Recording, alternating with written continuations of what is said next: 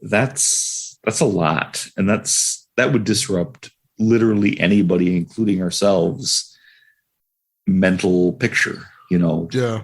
worldview, However, I think just something that's far more likely, I think, in my opinion. Oh, I absolutely. think we're much more dealing with something that is of this world, just on a different plane than we are. Yes. And something ancient, something that predates us. I want to continue a little bit about this guy, Joseph Mahan, that you met, some of this lost history stuff that you were talking about. Oh, yes. That was, and that's one where I don't hold back on calling that a synchronicity. The idea that I would happen to be at the Civil War Navy Museum, which he was the curator of, in the last year or so of his life. And apparently, he was very, active and, walking and talking and, giving his spiel. He was kind of a born professor. Mm-hmm. He liked to talk, and I was there to listen. And he blew my mind. And that was a life-changing event. At that time, I was in the military. I was at Fort Benning, and right, across the street is the city of Columbus, Georgia. And mm-hmm. My friend, we had nothing else to do that weekend, so we went to this museum, and it was basically empty. And then the curator asks us, can we help him carry in these artifacts that he has from his car? Well, sure, yeah. And we start carrying in these weird looking stones, and they're carved with things that look kind of like hieroglyphics. And I especially remember one that has the body of a man and the head of a goat. And I'm looking at this and I'm like, wow, what is this stuff? That's like a reverse pan. Yes. As a matter of fact, yes. And I mean, some would compare it to Baphomet, or, mm-hmm. There's a lot of things you could make out of it. And I'm like, what are these things? And he said, they come from a cave in Illinois. And I'm like, Illinois? Because I'm thinking they came from Egypt or something. And he says, yes, they were part of a worldwide system of shrines that existed, centuries and centuries ago. And he gives me about an hour of his view of hyperdiffusionism. The old world and the new world never really were old and new. They interacted way more than there's a historical record of. And there's lots of reasons for that, including, especially that if you're Columbus, you want to discover something. You don't want to just show up at somebody else's place and have to pay taxes and, then leave.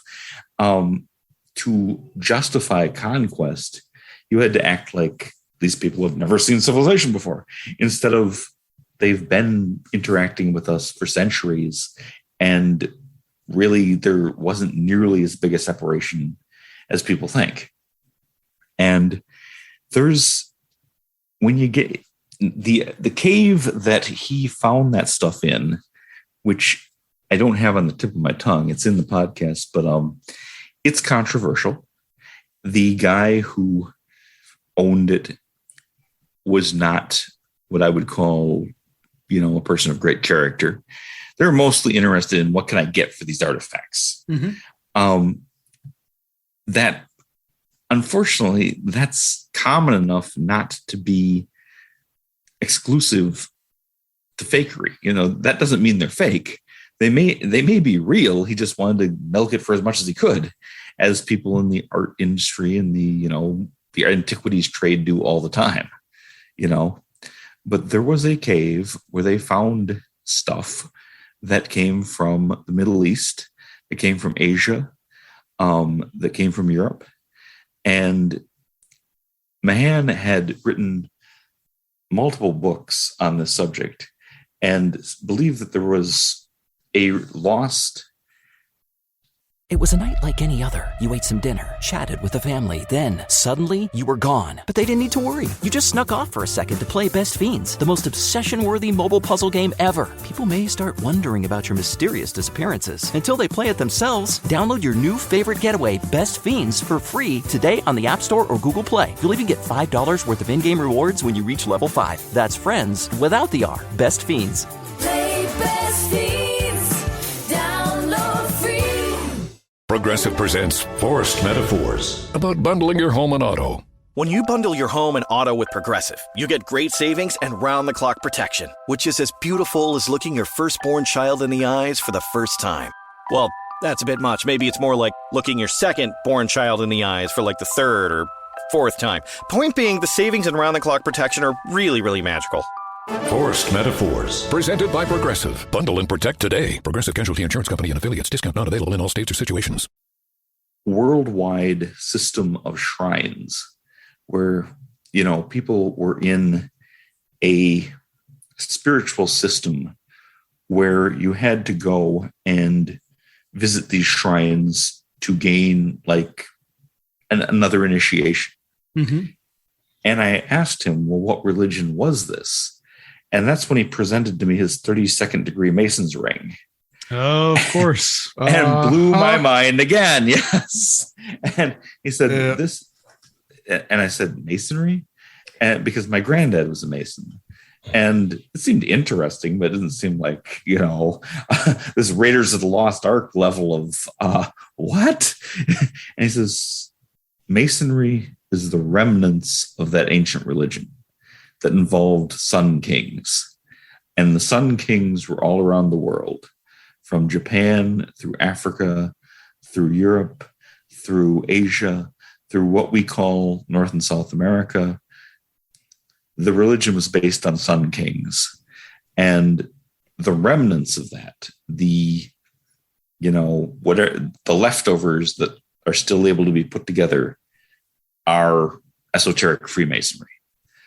And wow, that was a game changer for my way of thinking. Yes. So yeah, that happened, and I got a lot out of that. And unfortunately, Dr. Mahan died the next year, and his Institute for the Study of American Cultures only went on for a limited number of years thereafter. But there's some fascinating materials there. So nobody has carried this on, you don't think, or? Nobody has carried it on as well as it should have been. When you get into studying where he left off, and it's really like panning for gold, because there's so many fakers and there's so many people with a political agenda.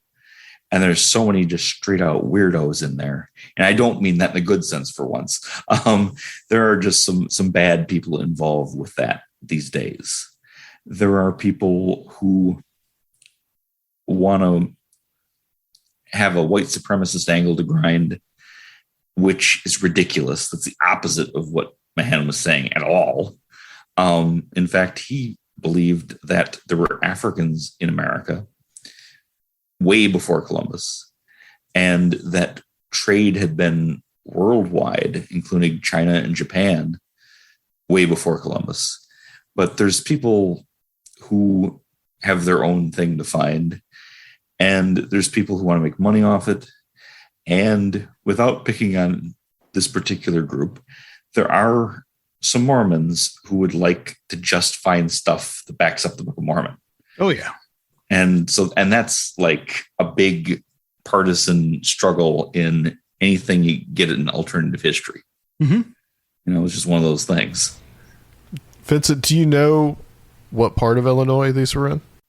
Because I'm wondering, I'm wondering if it's Southern Illinois, because I talked not long ago with Jason Andrews, Paranormal Patio podcast, and we talked about some of this. He lives in that part of Illinois, which incidentally is called Little Egypt, by the way, because you've got Cairo. I know exactly what he's talking about. Yes, yeah. And it does look a lot like Egypt. Yeah. So I wonder if this came from Southern Illinois. I wonder if there's any way we could know what part of Illinois it came from. Well, let's talk a little bit about some of this other stuff that you've talked about on the show. One of the things you talked about, Rebecca Brown and the Satanic Conspiracy. This is some good old-fashioned satanic panic stuff. Oh, yes. She was a godmother of the Satanic Panic. And I heard her stuff taught from the pulpit like it was the news. Like this was, source verified, material. This really happened. Like there was no doubt at all. And she was just completely full of it. I mean, it was just a lot of lies. She, under a different name, was a doctor. She had been a registered nurse, and then she became a doctor. And then I don't know her life circumstances, but she went way off the rails. And she began living with a patient and became fanatically religious, and at the same time was prescribing her patients, including her roommate and her roommate's handicapped daughter, huge amounts of pain medicine. And this all eventually led to her being exposed publicly and losing her medical license. And she was lucky not to go to jail. This was in a pre-opioid epidemic world. Today, I think she probably would be incarcerated. And she just left medicine behind and probably made a lot more money selling these lurid stories of demons behind every tree that were just ate up by people who really, really should have known better. And it was there's something I experienced being in fundamentalist churches, that there's a sort of what I might call holy lies, that if a story fits what you want to believe, there's very little critical thinking. There's very little fact checking that goes on. People just swallow it whole.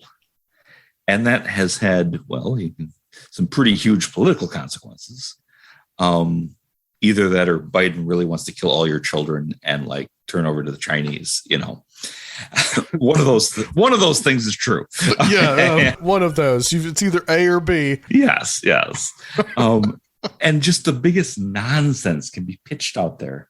And as long as it's coming from a person who shares your views and, fits the narrative that you're already comfortable with, then it doesn't get questioned.